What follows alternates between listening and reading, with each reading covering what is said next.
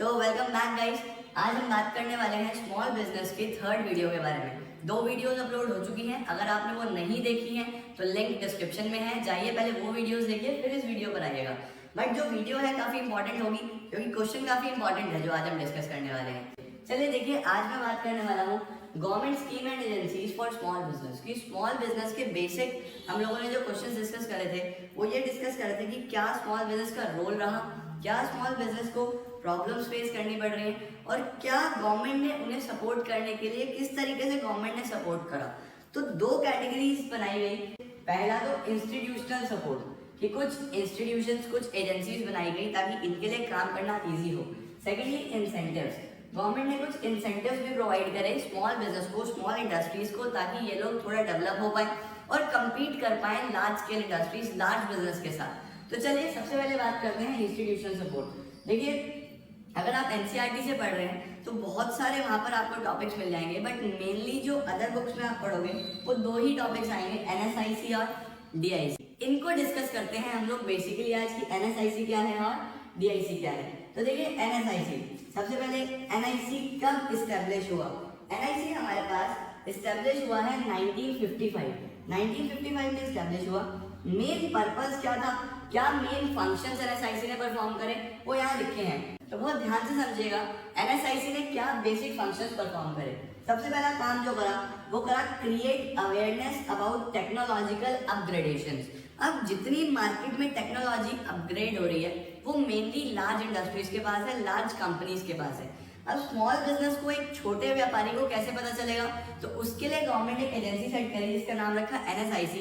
इनका काम ही ये है कि ये लोग अपग्रेड करते रहेंगे, टेक्नोलॉजी जो भी है आपको उसके बारे में अवेयर करते रहेंगे, बताते रहेंगे कि स्मॉल बिजनेस को भी अब अपनी टेक्नोलॉजी अपग्रेड करनी पड़ेगी ताकि वो कम्पीट कर पाए लार्ज इंडस्ट्रीज के साथ। Second thing is supply imported and indigenous machinery on easy terms. अब देखिए, मशीनरी परचेज करने के लिए it is an capital asset. ये कैपिटल एसेट है, बहुत बड़ा अमाउंट चाहिए।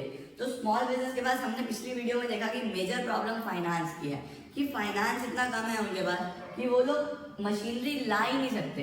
तो अब इन्होंने क्या करा, इन्हें मशीनरी प्रोवाइड करी, इम्पोर्टेड मशीनरीज, इम्पोर्ट करी मशीनरी इजी टर्म्स पे। इजी टर्म्स का मतलब कि वो हायर परचेज टर्म्स हो सकता है कि इंस्टॉलमेंट्स में आप पेमेंट कर लीजिए, या फिर बहुत कम रेट ऑफ इंटरेस्ट पे इन्हें प्रोवाइड कर दिया।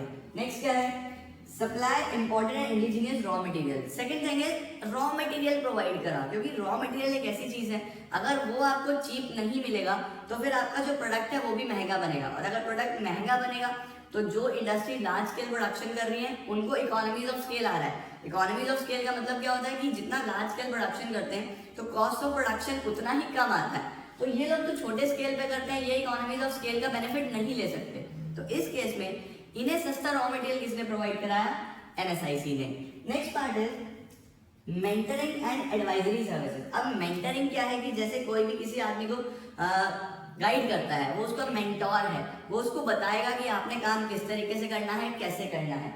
यही काम स्मॉल बिजनेस के लिए कौन कर रहा है, एनएसआईसी। ये बहुत कुछ मेंटोर कर रहे हैं, बहुत सारी एडवाइजेस प्रोवाइड कर रहे हैं स्मॉल बिजनेस को। Point number 5, export the products and create worthiness. अब देखिए, एक्सपोर्ट करने का एक बहुत बड़ा प्रोसीजर है। एक्सपोर्ट प्रोसीजर की वीडियो भी लगभग बन रही है, बहुत जल्दी आप तक आ जाएगी। तो एक्सपोर्ट ये खुद नहीं कर सकते, इनके पास ना तो इतना ज़्यादा पैसा है ना ही इन्हें प्रोसीजर पता।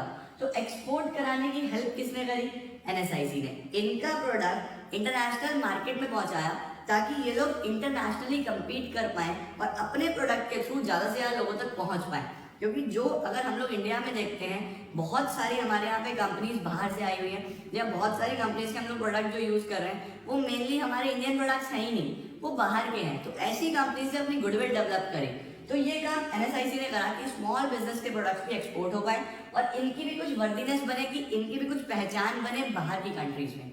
Next point is developing software technology parks and technology transfer centres. अब सॉफ्टवेयर टेक्नोलॉजी पार्क्स और ये टेक्नोलॉजी सेंटर्स ये बेसिक है क्या, इनका काम क्या है कि देखिए, सॉफ्टवेयर बेसिक सबसे पहले का software technology parks. Software technology parks का बेसिक पर्पस क्या था कि जैसे सॉफ्टवेयर अगर आप कोई बना रहे हैं तो वो सॉफ्टवेयर भी सिर्फ आपके पास ना रहे, उसकी भी हम ट्रेडिंग कर पाए बाहर।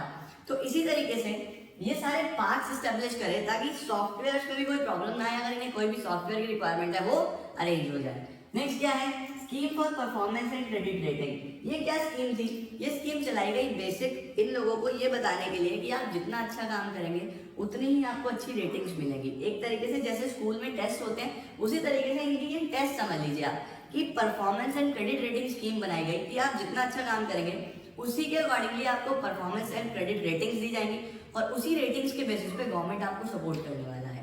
तो ये बेसिक पूरा एनएसआईसी में आया था। एनएसआईसी एक बहुत इंपॉर्टेंट टॉपिक है, मोस्टली हर एग्जाम में पूछा जाता है। Next is DIC. अब डीआईसी डिस्ट्रिक्ट इंडस्ट्री सेंटर्स, ये क्या है, डीआईसी भी इसी तरीके से एक और स्कीम है, एक और प्रोग्राम है जो गवर्नमेंट ने चलाया स्मॉल बिजनेस को सपोर्ट करने के लिए। ये कब स्टार्ट हुआ, इट वाज एस्टैब्लिश्ड ऑन 1 मई 1978। 1 मई 1978 में ये स्टार्ट हुआ। इसका मेन एम क्या था, to provide integrated administrative framework at district level to solve the problems of industries. यानी बेसिक पर्पस क्या है कि एक ऐसा सेटअप बनाना, एक ऐसी बॉडी बनाना जो डील करे लोकल लेवल के जो प्रोड्यूसर्स हैं या स्मॉल बिजनेस के जो एंटरप्रेन्योर्स हैं या जो मालिक हैं उनकी प्रॉब्लम्स के साथ, कि अगर वो कोई भी प्रॉब्लम फेस कर रहे हैं तो अब उन्हें अपनी प्रॉब्लम का सॉल्यूशन कहाँ मिलने वाला है, डीआईसी के पास। डीआईसी क्या है, एक इंटीग्रेटेड एडमिनिस्ट्रेटिव फ्रेमवर्क है, एक ऐसी चीज बनाई जिसमें जितनी भी आपको प्रॉब्लम्स आ रही हैं आप डीआईसी के पास जाके उनका सॉल्यूशंस ले सकते हैं। It also provide various services, बहुत सारी सर्विसेज देंगे, एंड सपोर्ट फैसिलिटीज जैसे कि अरेंजिंग फॉर क्रेडिट, पैसा दिलवाना, रॉ मटेरियल अरेंज कराना, मशीनरीज दिलवाना। आई होप आपको क्लियर है।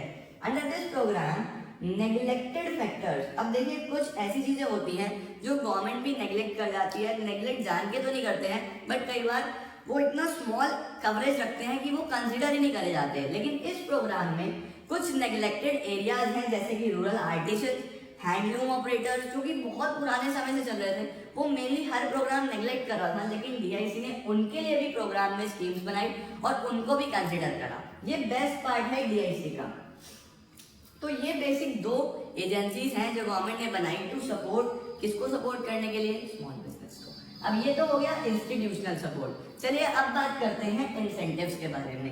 अब गवर्नमेंट ने दूसरा किस तरीके से सपोर्ट करा कि स्मॉल बिजनेस को कुछ इंसेंटिव्स दिए। अब वो कौन कौन से इंसेंटिव्स हैं आइए देखते हैं। सबसे पहले लैंड की रिक्वायरमेंट तो बिल्कुल सबसे ज्यादा है कि कहीं पे भी आपने प्लांट लगाना है तो आपको लैंड चाहिए। अब गवर्नमेंट ने क्या कहा, इन्हें या तो डेवलप प्लॉट्स दिए कि आप प्लॉट्स ले लीजिए, या फिर रेंट में डिस्काउंट कर दिया कि रेंट सस्ता कर दिया, उनसे रेंटल कम लिया।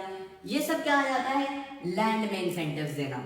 Second thing is power. अब पावर क्या करा कि इलेक्ट्रिसिटी पावर प्रोवाइड करा, या तो 50% रेट पे, या तो 50% उनसे जो चार्ज दिया वो 50% लिया, या फिर कुछ स्टेट्स में इनिशियल ईयर में एग्जेम्प्ट भी कर दिया कि आप इनिशियल ईयर में प्रोडक्शन लीजिए, आपसे हम पावर के कुछ भी चार्जेस नहीं लेंगे। नेक्स्ट इज वाटर भी चाहिए इंडस्ट्रीज में, तो वाटर किस रेट पे दिया गया, या तो वही no profit no loss basis कि मतलब जितना कॉस्ट आ रहा है उतना ही चार्ज कर लिया, और 50% कंसेशन दे दिया कुछ स्टेट्स ने वाटर में।